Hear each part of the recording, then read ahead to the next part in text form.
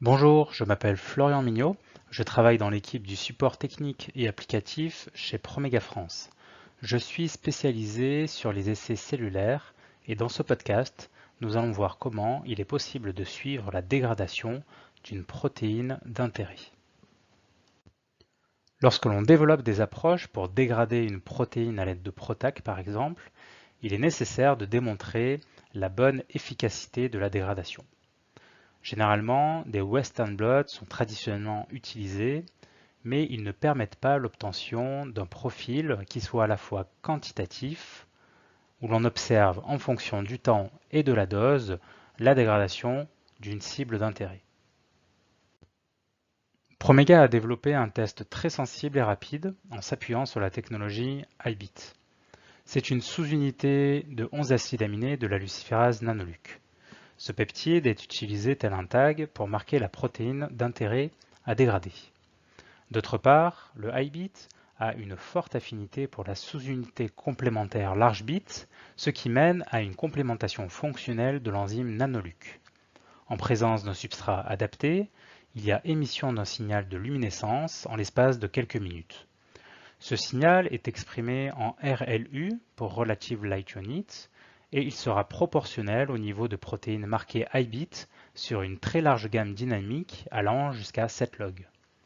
Dans un contexte de dégradation, il faudra exprimer au préalable la protéine marquée iBit dans la cellule, puis ajouter le substrat et la large bit pour visualiser enfin un niveau de luminescence.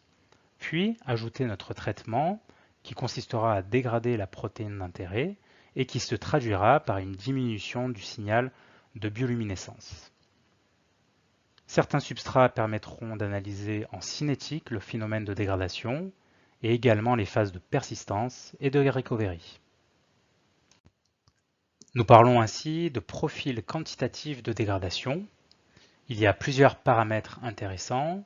Le premier est la constante du taux de dégradation, qui est la première phase de la dégradation, surlignée en rouge ici.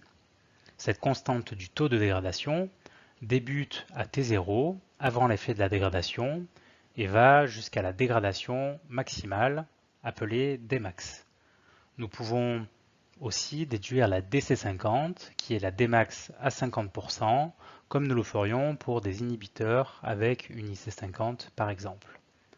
Il y a également le temps à Dmax, qui reflète la persistance de la dégradation et qui correspond au plateau plus 10% de la Dmax.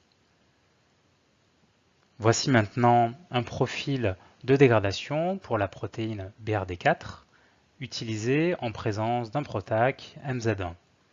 Nous distinguons clairement une chute brutale de la bioluminescence en fonction du temps et également en fonction de la dose de PROTAC utilisée, ce qui traduit la disparition à la fois du iBit et donc de la protéine BRD4 associée. Une approche par CRISPR est nécessaire car elle assure une expression de la cible à un niveau physiologique et endogène. À titre de comparaison, une approche de surexpression transitoire permettra uniquement une analyse qualitative de la dégradation, comme vous le voyez ici avec la même protéine BRD4 marquée avec la luciférase entière nanoluc. La petite taille de la sous-unité iBit est donc idéale pour une insertion dans le génome par CRISPR car elle présente un taux optimal de réussite du caïn, en C ou en N-terminal. Le fort signal de bioluminescence généré est également adapté au suivi du niveau endogène des protéines d'intérêt et l'utilisation de CRISPR écarte aussi les artefacts liés à la surexpression de protéines taguées telles qu'une mauvaise localisation dans la cellule, des phénomènes d'agrégation, une morphologie anormale, une signalisation aberrante ou tout simplement une compétition avec la protéine native exprimée de manière endogène. Lorsque la lignée iBit CRISPR est obtenue, il suffit d'ajouter le substrat de détection pour une analyse en point final ou au cours du temps.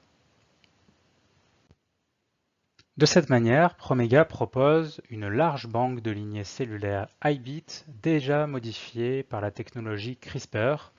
Nous avons plus de 200 clones et poules de cellules pour différentes cibles d'intérêt et dans différents backgrounds cellulaires. Si votre cible ne figure pas dans cette liste, nos départements de service à façon devraient être en mesure de créer une lignée pour vous. Si vous souhaitez également externaliser votre analyse, sachez que vous pouvez envoyer vos composés à Promega qui se chargera d'effectuer vos études de dégradation en point final ou en cinétique avec éventuellement un contrôle de la toxicité si cela s'avère nécessaire. Pour en savoir plus, je vous invite à vous rendre sur les liens présentés ici ou bien sûr à nous contacter directement. Merci et à bientôt.